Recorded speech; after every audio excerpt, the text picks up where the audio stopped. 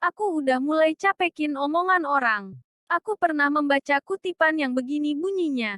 Kamu gak bakal bahagia kalau selalu berdiskusi tentang orang-orang.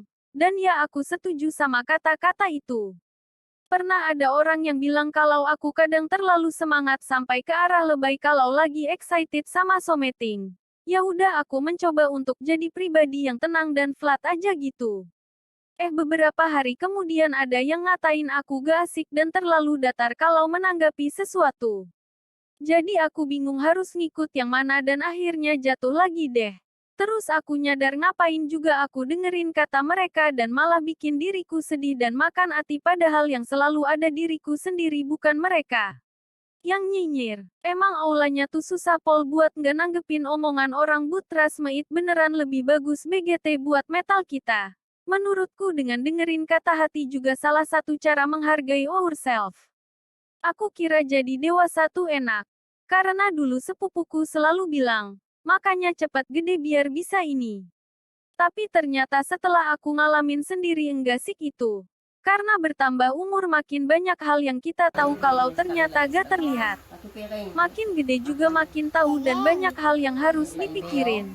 Kadang rindu juga sama masa kecil yang kerjaannya cuma di sekolah. Main, makan, tidur. Dulu sebel banget disuruh les ini sama. Tapi ternyata pas masuk dunia yang lebih dewasa rasanya lebih penat ya.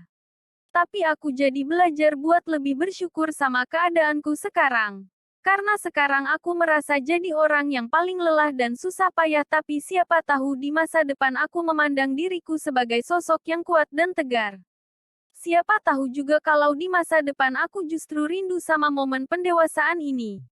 Bahagia itu tanggung jawab individu masing-masing. Jadi kenapa masih nyalahin orang kalau kita gak bahagia? Parahnya lagi nyalahin Tuhan. Padahal Tuhan Maha tahu kebutuhan hambanya. Pelan-pelan aja tanamin ke pikiran dan hati. Jangan berekspektasi yang terlalu berlebih ke sesama umat Tuhan.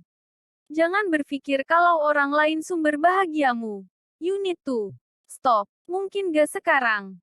Tapi di masa depan lo bakal sadar at the end of the day cuma diri kita sendiri yang selalu ada dan bisa nyelamatin kita.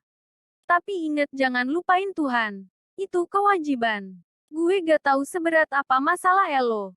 Tapi gue yakin lo kuat. Kenapa gue yakin? Karena Tuhan aja percaya kalau lo bisa dan kuat. Makanya Tuhan kasih cobaan itu ke Elo. Kalau Tuhan aja percaya dan yakin sama Elo, masa gue sebagai umat gak yakin juga? Ingat semua ada hikmahnya. My bega sekarang. Tapi siapa tahu di masa depan.